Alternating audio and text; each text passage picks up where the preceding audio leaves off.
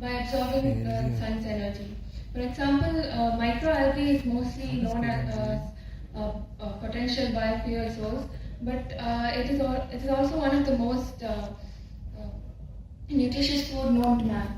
It can also be one of the world's most overlooking foods. Quite commonly used is also the edible seaweed, which are algae that can be eaten and it is used in the preparation of food. All seaweed are edible, though some are more nutritious and palatable. It contains high amount of fiber. Antioxidant is a trendy antioxidant that is a dietary supplement, and farmers have developed HP stains that yield at levels of more than 4% by weight of after the crop is dried out. The supplement is also an anti-aging weapon and has a health boosting characteristics. The omega-7 and omega-3, which is found in fish and fish oil, can be improved by algae companies which make cut out middle fish and directly produce vegetarian or vegan alternatives.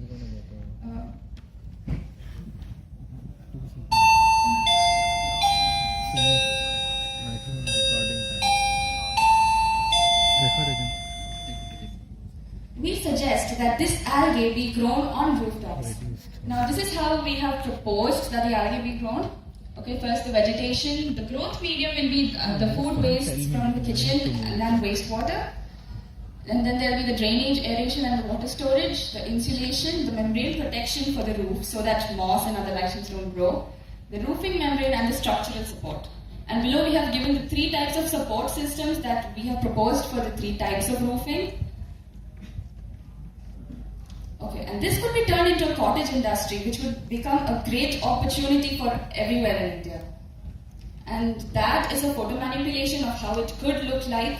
So on one side of the roof, it is like a normal rooftop garden, and the byproducts of that and the waste products are used on the other roof for growing the algae.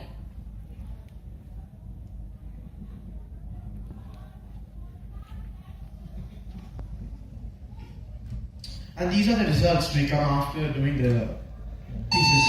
Atmospheric pollutants are reduced and oxides of carbon and nitrogen and sulfur along with ammonia and nitrates are metabolized and appropriated by the algae. The temperature conditions are improved and heat waves will be non-existent.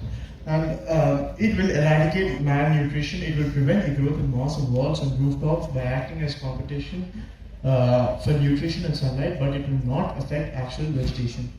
Thank you.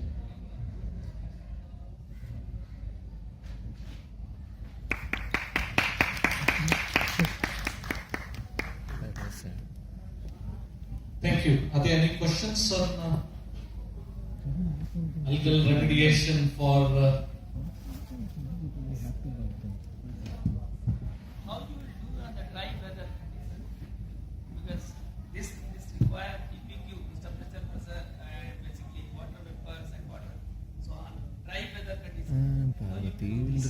For one thing, this will not require any external water. We are using kitchen wastewater or whatever wastewater is available. This can be used as an alternative sewage wastewater treatment too. Because algae requires the kind of substrate that we use as waste, that we just throw away as waste. How you ensure that like pollution is reduced? Like have you done the pre and post pollution measurement? Like no, honestly, this is still theoretical, but we do have a few experimental results that we haven't shown yet. Okay, thank you all of you. Yeah.